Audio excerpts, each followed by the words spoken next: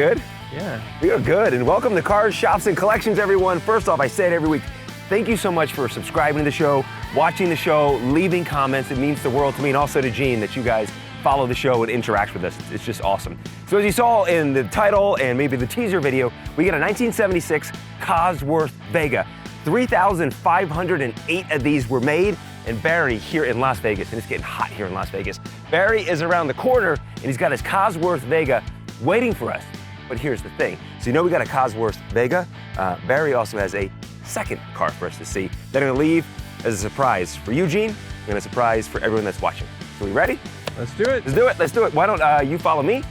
We'll go find Barry. This is cool. I can see the Cosworth Vega from here in Barry's house. It's in his garage. This car was only made for 2 years, and we've got one on today's episode, and I see a surprise in his garage. So Gene, why don't you go down there first, get situated, and then I'll come down there and join you.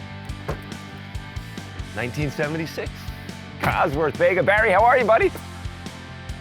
Fantastic, now that we're here, thank you so much for having us, and let's get a quick shot of it right here. How amazing is this? Have you seen one in person before? This is just my second time seeing one in person. The first time is when I met Barry at a car show last Saturday. Oh my gosh. This thing is fantastic. And our second surprise, which we'll touch on right here in just a second.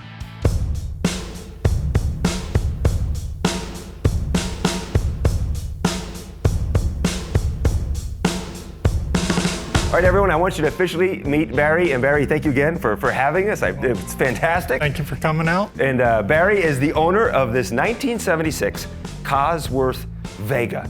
3,508 of these were made. And you were telling me this is your third one? Third one. What is about the Cosworth, besides it being an incredible car, that attracted you to it?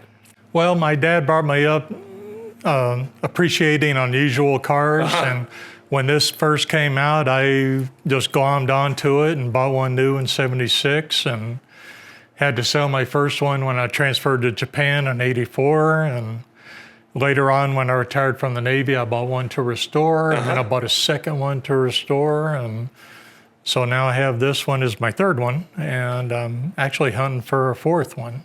So, well, first off, too, you were in the Navy and your father was in the Army?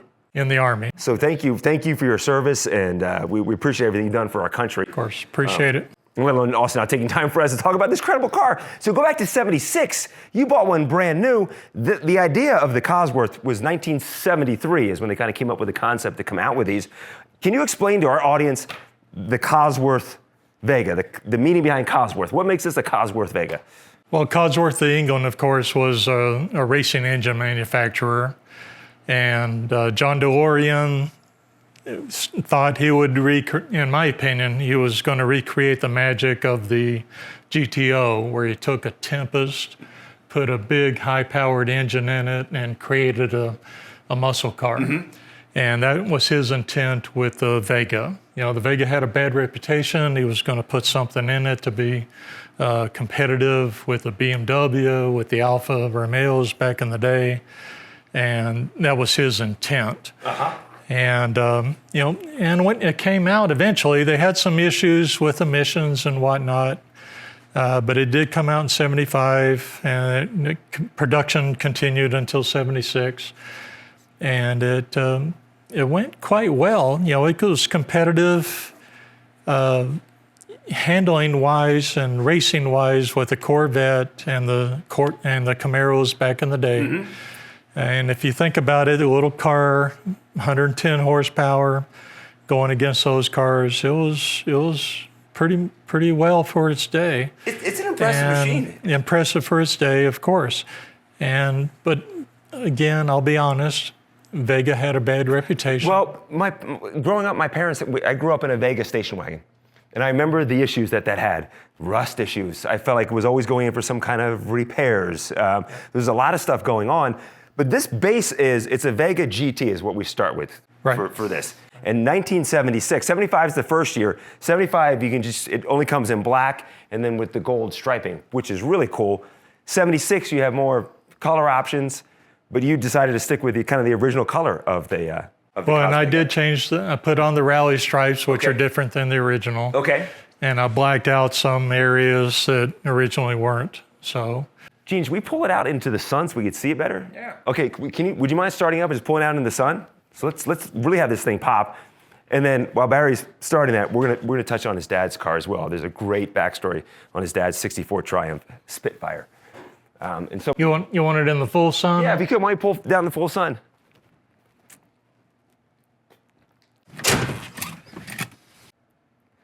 3,508.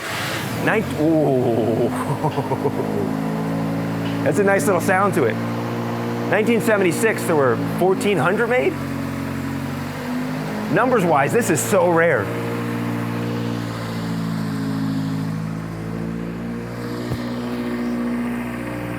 Yeah. Oh. That's perfect. Yes.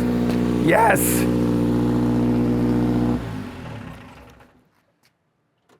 That is fantastic. One of my favorites right there. Richard. Can we see under the hood then? Sure. See the magic under the hood here? Their goal though, right? In 1973 when they announced it, they said they're gonna make 5,000 of these. All of these engines were assembled by hand. Yes. So it took a little bit longer to produce these. That's why we never even got our 5,000. Yeah, in Tonawanda, New York. Mm-hmm. And from what I heard, they took the extra engines and they just kind of broke them down into spare parts afterwards, and they put some into midget racers. Oh, did they really? Back in the day, the 2-liter midget racers. You've done some modifications to it. What did you do to it? Well, the engine itself is still stock. Okay. I've dressed it up a little bit with I put a heat shield in here because it was overcooking the master cylinder for the brakes. Put in an air system there just to clean up the air system, and wrap the headers and the radiator. Other than that, it's basically stock. Can we see inside? Sure. I'll let you pop it open. I'll come around on the passenger side. I think that's unlocked there. Oh, you've got the 8-track in here? And it works. A working 8-track? Of course. And with Boston? Well, that's one of my favorite groups back in the day. Heck yeah, still are great. Is this the original dash up here? It's the original serial plate. Okay. I've redone the dash. All right. And then, so with the Cosworth Vega, this was number 2,881 made? Correct. Yep. Whoa. Do you remember what your first one was back in 1976? It was 1271. No kidding. Did you try to find it? It's outside of Detroit somewhere. It exists though still. I know it's registered in Michigan, but of course I can't identify who has it. All right. So I'm keeping an eye out for it in case it comes up for sale, and I plan on jumping on it. When you bought this, they said, and now you can speak to this, that you bought one new, that did they give you a phone number to call? There was a story that if you bought the Cosworth Vega, you got a special phone number to call. If there's anything wrong with it, you can call the factory direct and they would take care of you. Yep. And fortunately, I never had to call that number. No kidding. That's great. Gene, did you get this out here in the sun? Flag up top. Whew, that pops. And that's an addition I put on. Yeah. Well, for all your service and your family's service, that's amazing. Can we pop the trunk? Yep. Let me grab the key. And then in '76, was also new taillights, right? Yeah, the '76 had a taillight difference, and the front fascia was a little different.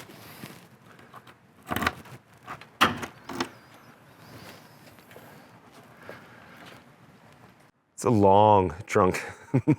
Well, and it's like I have the back seat folded down. Yeah.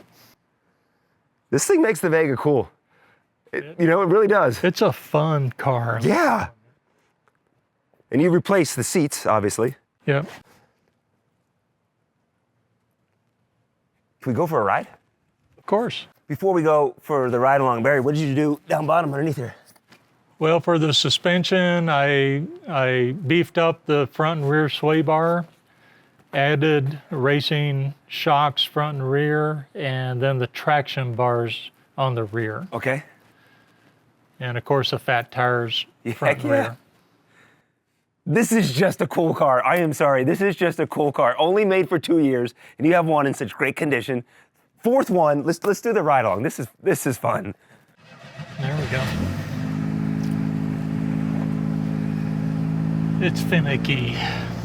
What kind of memories do you have every time you start this up? Does it take you back to 1976 when you drove this off the lot?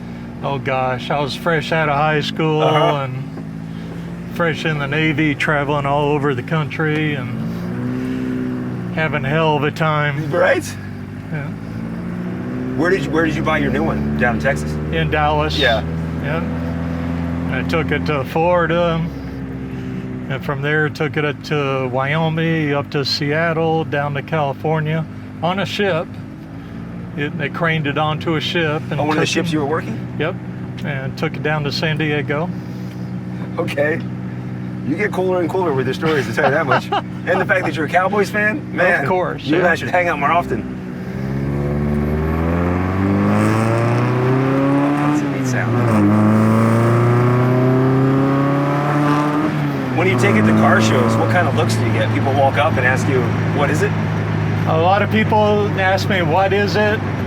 A lot of people also say, my mother had one just like this. Really? And I was going, I don't think so. If so, your mom was pretty cool. Might have had a Vega, but... Yeah, my mom had the Vega, not the maybe Cosworth. not the same,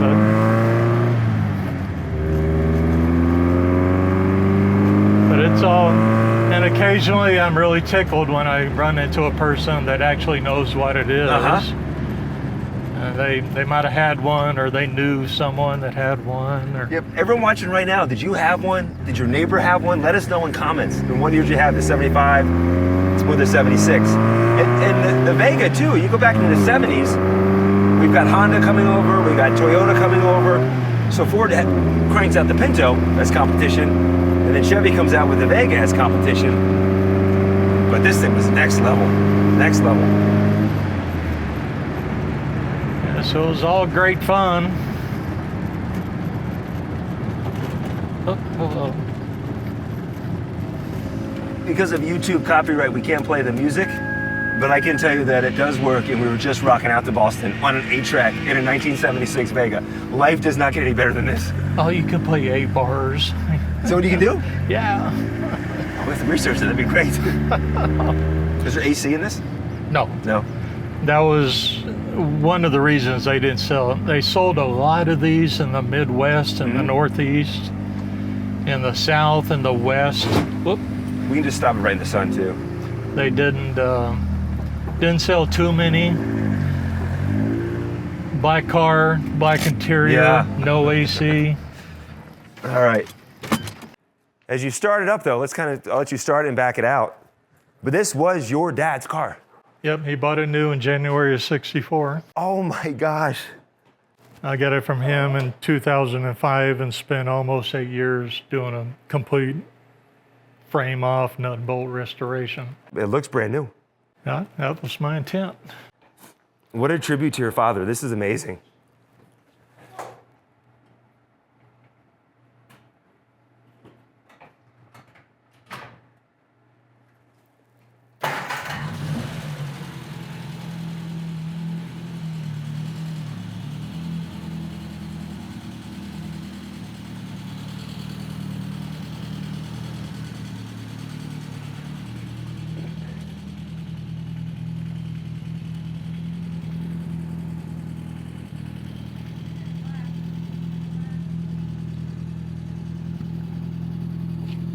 Good, right there, it's perfect.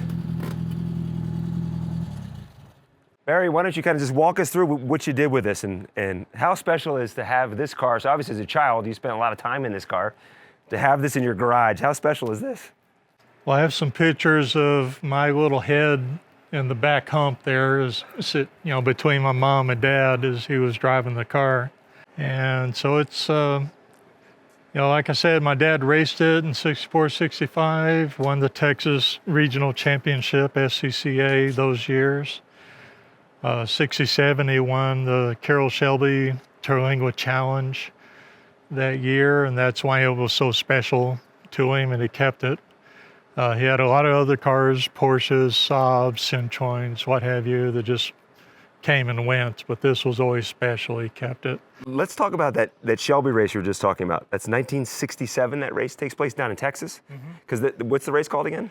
The Terlingua Challenge. And that's a town in Texas, an area in Texas. Terlingua was a city that was on Carroll Shelby's ranch back there in West Texas. That I might have this a little bit wrong, but according to what I was told, Carroll Shelby was the mayor. He had, like Johnny Rutherford was the treasurer, and another Texas racer was the mayor pro tem, and so they all had assigned positions.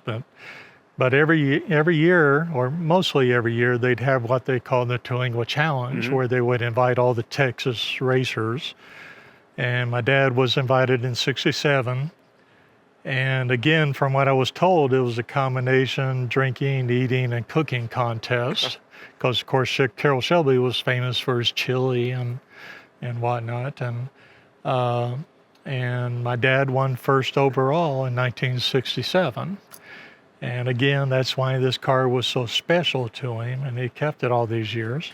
And you have this, can we show the trophy? This is the actual trophy that your dad won back in 1967 that Carroll Shelby kind of just slapped together, the trophy right here? Yeah, it was tack welded together in Carroll Shelby's shop in Terlingua with a fancy embossed tape there. Does the Shelby Museum know you have this? Because this is got to be, this is historic, this trophy. Yeah, I ran it by the museum down there, and they know about it. Yeah, they know about it. I also want to show, can we show over here the trophies your dad won? Because this is what a special tribute to your father. You want me to lower the... Can you see him, Gene? Yeah. We can see him. But see the actual trophies that your dad won? Yeah, these are some of the trophies. After he passed away, of course, I had brothers, sisters, nieces, and nephews that received their share. But this is probably a quarter or a fifth of what he actually earned back in the day. And how long was your dad in the Army? He was in the Army 2 years. He was drafted and served in the Austrian occupation army right after World War II. Incredible. And you have more 8-tracks here too, huh? More 8-tracks, yeah. I love, what I love about doing this show is hearing stories like yourself, and then the fact that your father's legacy lives on through the Triumph. And so many people watch the show and it sparks memories. And for me, it's my mom having a Vega. But this right behind you just sparked a memory that I haven't thought of in 30 years. The 8-track carrying case. Barry, we've kept you long enough. It's a hot Vegas day, so thank you for taking the time to show us your cars. Well, thank you for coming out. I appreciate it. And the trophies, and thank you for your service, and also what a great tribute to your father, too. We appreciate everything. Thank you. Thank you very much. And thank you guys for watching. Appreciate it. If you want your car, shop, or collection featured on the show, then shoot us an email at carsshopsandcollections@gmail.com. That's carsshopsandcollections@gmail.com. And thanks for watching, and be sure and subscribe so you don't miss any future episodes of Cars, Shops, and Collections.